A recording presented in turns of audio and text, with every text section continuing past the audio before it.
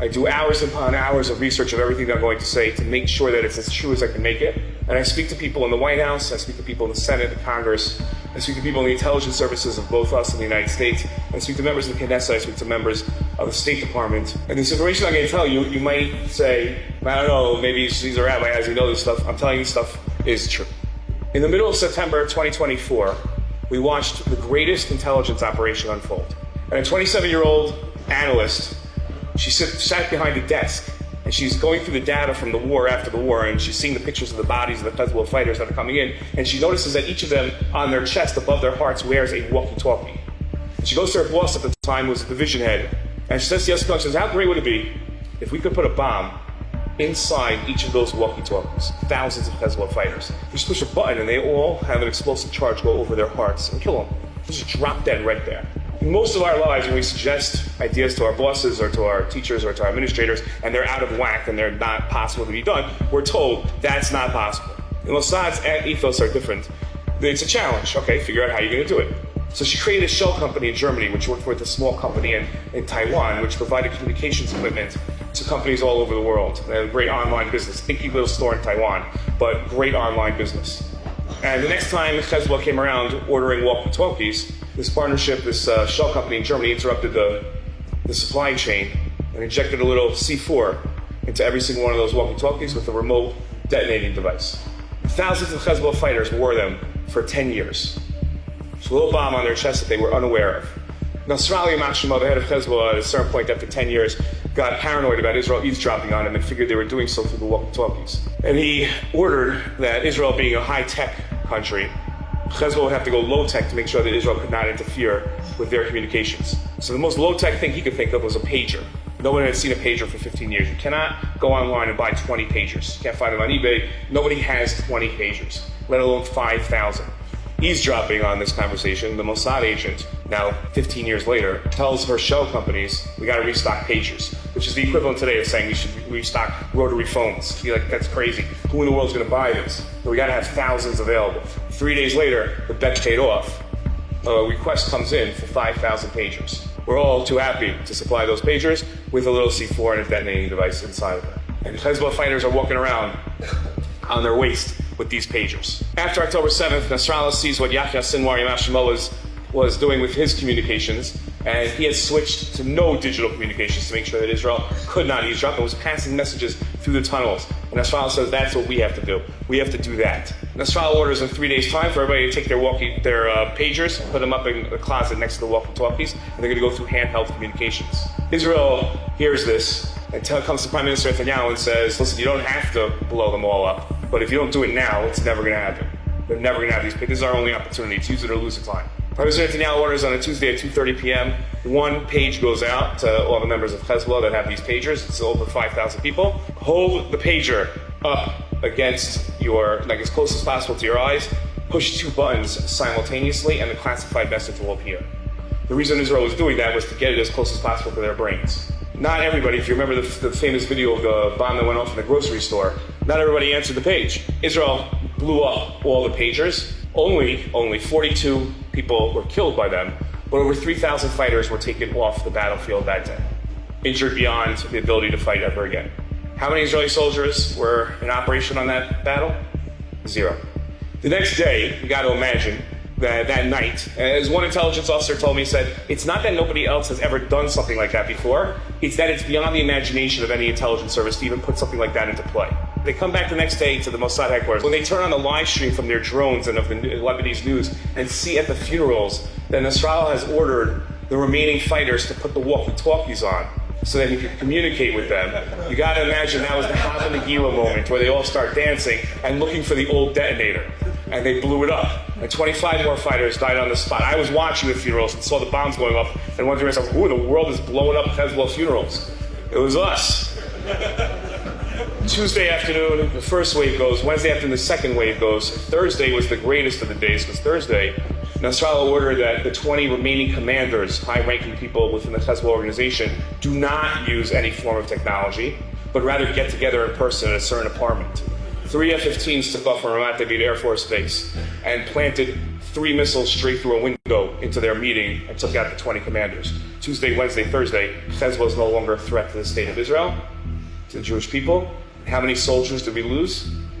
Out of the pages of Tanakh, 0. Now that Hezbollah is gone, attention focuses on Syria. Syria's been going through a civil war for the last 10 years. Assad, who was the head of Syria, Assad was protected by Hezbollah and by the Syrian army. Hezbollah is no longer protecting him. And a true Russia, a man named al-Sha'ara, who is now the president of Syria with a $10 million bounty on his head from the United States, realizes this is his chance and orders his troops in. The hardest Israel ever fought was December 8th and 9th of last year, and most Israelis, most people in Israel, have no idea it happened. On December 8th and December 9th, as al-Sha'ara's forces came into Syria, everybody in the Kiryat, our Pentagon in Tel Aviv, realized, take out all the Syrian files, every attack plan. It's absolute chaos there. Put them all into play right now. 350 planes go off on 350 missions.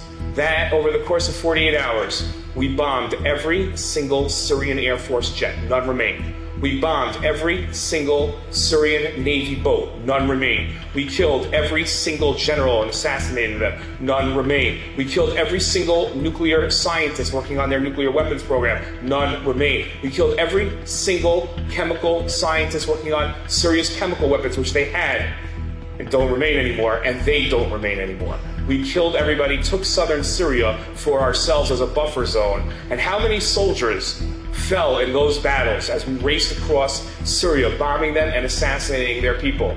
0. Out of the pages of Tanakh, we did not lose one soldier in Syria. With Hezbollah and Syria out of the picture, Iran is left vulnerable. An F-35 fighter jet costs $235 million each. And for every hour that it's in the air, it requires 8 hours of maintenance. The United States Air Force, at any given time, its planes are in 51% readiness. That means they need double the amount of planes to fight a war, because 50% of the planes are always under maintenance. That's acceptable numbers for mechanical engineering for airplanes. That's how it works. When Prime Minister Netanyahu plans the attack on Iran, he's going to fly 200 planes, 4 hours, 2,000 kilometers to Iran, and then 2,000 back, another 4 hours. An hour over the air avoiding anti-aircraft fire. The stress on the airplane is tremendous. Stress on the pilot is tremendous. And the acceptable losses are 8 planes on every round of fighting. 8 planes will suffer mechanical failures. Just imagine how many times you've been on a passenger jet, which is a lot less complicated of an airplane, and the pilot announces, I'm sorry, we have like a 20, 30-minute delay. Something on the plane broke. You need to bring a mechanic out to fix it. For an F-35, 8 drop out of the plane on every round. Means we lose 8 pilots. 192 planes come back, 100 require more maintenance. Only 90 go back. Of the 90, another 8 drop. Over the course of 10 days, we're looking at 60 dead pilots, 60 lost planes, and about half the planes at any given time back on the runway for maintenance, some of them not being able to take off ever again. We suffered no losses. We didn't even have a plane that required significant maintenance. The way a mechanical engineer explained this to me is that it's impossible, except that it happened. The American ambassador told me they still can't file reports. They don't know how to explain this. It's impossible for this to have happened. Impossible. We're not talking about it's unlikely. We're not talking about the odds are against it. We're talking about the manufacturer would tell you it's impossible. Today, the United States Air Force is rethinking its entire approach to how to fight wars and how to get 90% of its planes in the air every single time, just as we have. While we're doing this over Iran, we have 2 more operations going on. Operation Narnia and Operation Red Wedding, which kills all the scientists and all the generals in Iran. Nobody even knows this happened.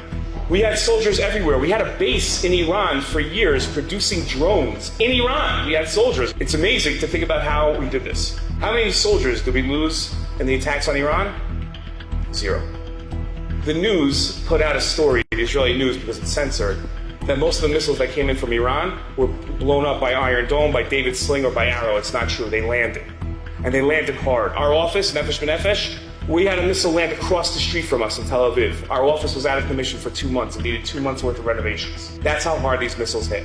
A missile hit a 30-story building in Tel Aviv where American military personnel stay. Half the building came down. Not one person went to the hospital. American engineers from the State Department went out the next day to look at it and said it's impossible. Soroka Hospital. The director of Soroka Hospital looked at one of its 8 buildings and saw it and said, if the missile hits this building, I don't know why he wasn't concerned about all the others, this will be bad. Empty the building. The next day it took a direct hit. Nobody was hurt. not killed, nobody was hurt, because nobody was in the building. In Yerushalayim, this is going to scare some people, we have a funeral home called Shamgar. Shamgar also stores dead bodies.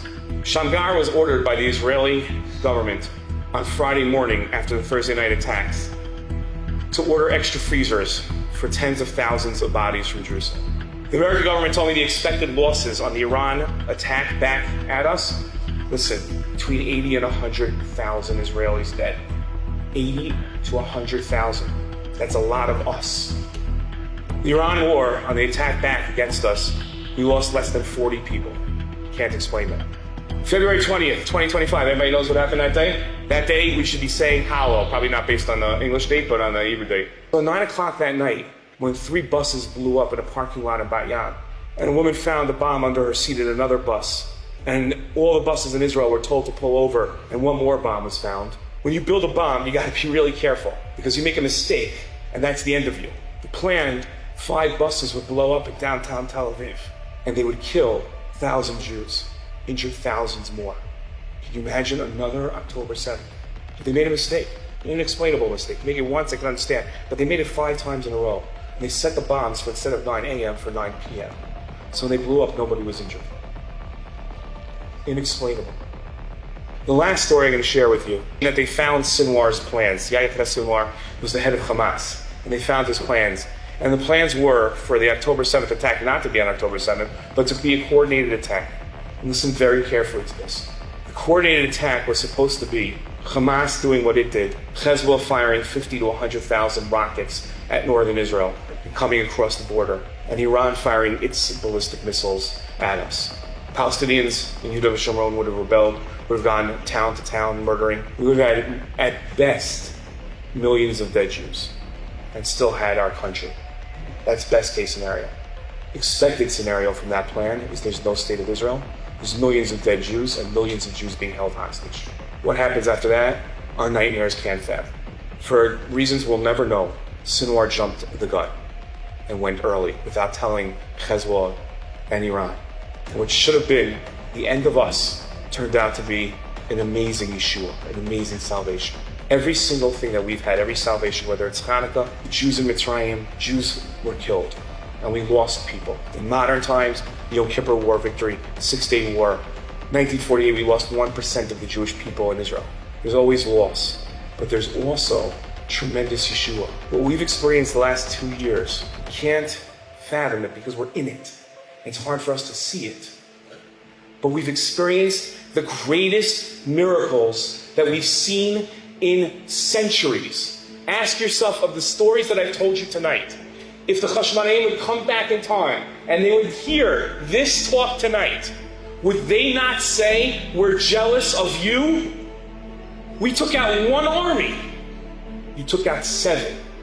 We had losses. You had very few to none in many of your wars. We can't see it. We're in it, but it's there, right in front of our face. Bizman hazeh are the tremendous miracles and nisim of Hashgacha that we've had over the last 2 years. If it wasn't us, we should be saying Hallel every single day. We should wake up and say, I'm zochet to live at this time. Our grandchildren will look back at this time and they will ask us, how amazing was it to live at this time? And we're going to have to answer, you had to be there to see it.